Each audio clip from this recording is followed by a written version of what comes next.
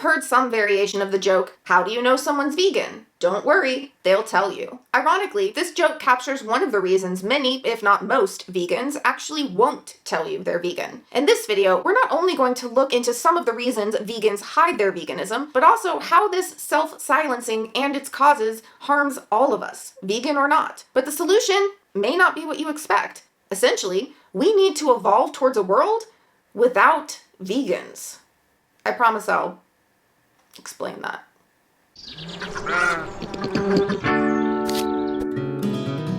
Hi, it's Emily from BitesizeVegan.org, where you can find the article for this video with my sources and more information. While the first few sections of what we're going to cover may sound like a commercial for why you should never consider moving away from eating animals, there is evidence things may be changing. But before we can speak to the solutions and signs of hope, we need to understand the fear that disclosing their veganism holds for many vegans. Research shows that negativity towards vegans is not only widespread, but also largely accepted and not seen as a societal problem, unlike other forms of bias. So while vegans face bias and even outright hate, like other stigmatized groups, their experience is compounded by the fact that hating on vegans is generally acceptable, even socially encouraged. Documentary filmmaker Kelly Guerin's experience of coming out vegan was so jarring that she focused her honors thesis in anthropology on better understanding the source of the aggression she encountered. She said, "I expected my friends and family would mock me, as they had when I became vegetarian. What I did not expect was the hostility I faced and the almost daily confrontations in which I found myself forced to engage. I was called freak, naive, and was even told by one roommate,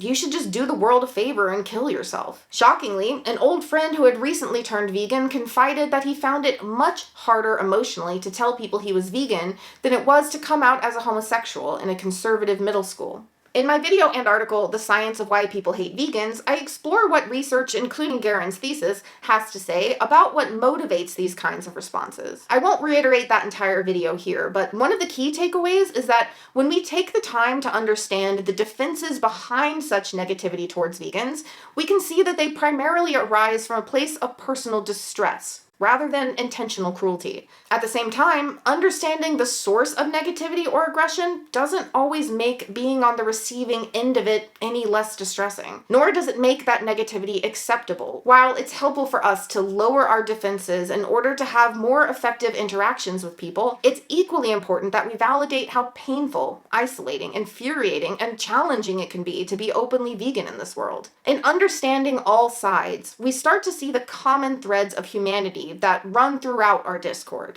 As we've discussed, one of the most common reasons vegans self-silence is to avoid stigma and stereotypes. Essentially, vegans desire what most of us desire, to be judged for who we are rather than who people think we are. Studies show that the most prominent negative perception of vegans is that they're judgmental, self-righteous, and arrogant.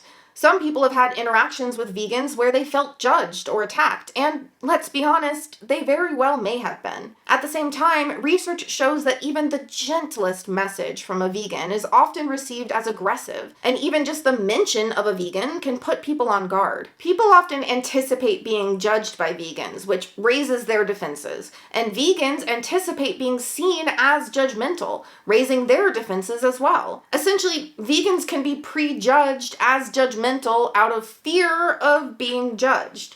If they have to disclose their veganism, vegans are put in the precarious position of trying to preemptively defend themselves from the assumption they're judgmental, while not coming across as judgmental in their defense. Vegans may soften their veganism to avoid conflict, being stereotyped, and/or to make sure those around them don't feel judged. As one study participant put it, "I have to defend myself and protect them at the same time," speaking to the dual burden of feeling responsible for making others feel comfortable around her, while at the same time protecting herself from verbal attacks. Many vegans feel they must also balance the tension between staying true to their beliefs and fitting in socially, emphasizing that they are proud of who they are and what they believe in. For some vegans, self-silencing is not so much about fitting in socially as it is the exhaustive demands of explaining themselves, which we'll explore soon in a dedicated and frankly cathartic section. Understandably, many vegans just avoid opening the door in the first place. Ironically, the self-silencing of vegans may actually reinforce some of the very stigmas and stereotypes they're trying to avoid. After all, no one can experience a vegan positively when they don't know that they're vegan in the first place. You may have had many delightful interactions with vegans and have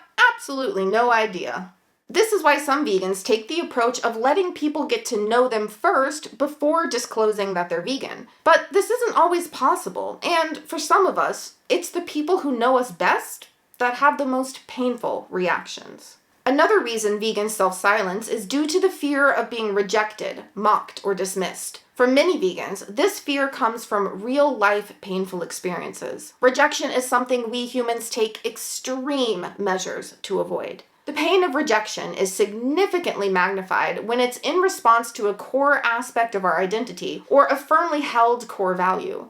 This adds an additional layer for vegans motivated by ethical concerns for other animals, the environment, human rights, and/or societal health. Mockery and dismissal of their veganism feels not only like a rejection of who they are, but also like mockery and dismissal of the very real suffering and exploitation of other animals and humans alike, and of pressing issues like the climate crisis. Perhaps the most devastating magnifier of rejection is when it comes from a central figure in our life, especially from within our family of origin. Nothing hits us quite like family does. Disclosing veganism is often unavoidable with family, and when that disclosure is met with negativity, it often leads vegans to be vigilant about not disclosing their veganism to other people, or even returning to eating animals. Now that we've covered some of the complex pressures behind vegan self-silencing with the sincerity and compassion they deserve, let's take a moment to acknowledge a unifying thread running throughout them all. The fact that, frankly, being openly vegan is exhausting.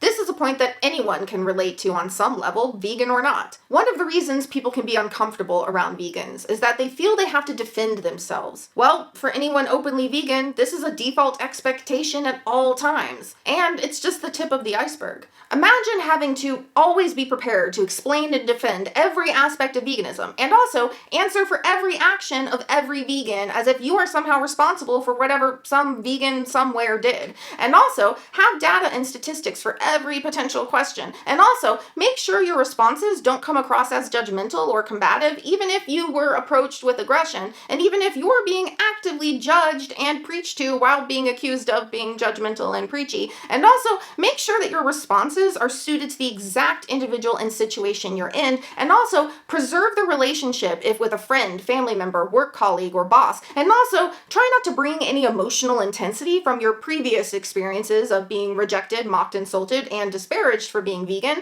and also make sure not to reflect badly on all other vegans and veganism itself, and also try not to betray your own convictions, the animals, the planet, and all of society, and also do all of this with the knowledge that by answering questions posed to you, you may be accused of talking about veganism all the time. Being openly vegan can feel like having to be a sociologist, psychologist, and walking encyclopedia with expert skills in emotional and social negotiation and infinite patience and compassion. Honestly, sometimes you just want to be a person around other people.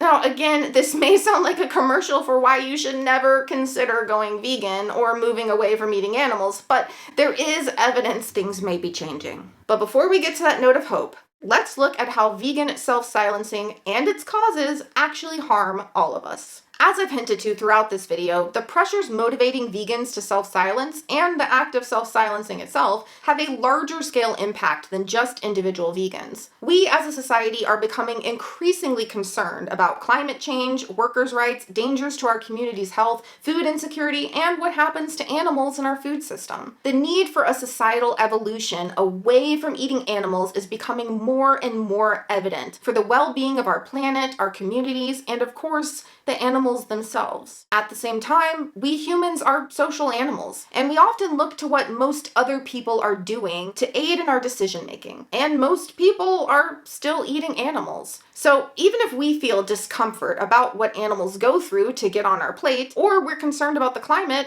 it doesn't look like other people are that worried. Researchers behind the delightfully named study, How Do You Know Someone's Vegan? They Won't Always Tell You, propose that vegan self-silencing could reinforce this perception that not eating animals is some niche phenomenon, only adopted by a few people on the fringe of society. While it may seem like a small matter for individual vegans to stay silent about their veganism, the study authors reference how seemingly trivial differences in the number of people that hold a certain personal preference within smaller groups can, in the long run, result in macro-level consequences for entire societies. From this viewpoint, the tendency to self-silence among vegans may prevent the onset of momentum and critical mass that is needed to achieve a societal tipping point. At the same time, simply asking vegans to be more vocal about their veganism places them in the catch-22 of eliciting the very stigma we've covered. The problem isn't so much vegan self-silencing, but rather the reasons driving that silence. As we've learned in this video, going against social norms can have social consequences. Research shows that the fear of receiving the same treatment as vegans prevents other people from taking steps to move away from eating animals. Steps they'd be open to exploring were it not for the potential social backlash. This may seem like an impossible gridlock of necessary yet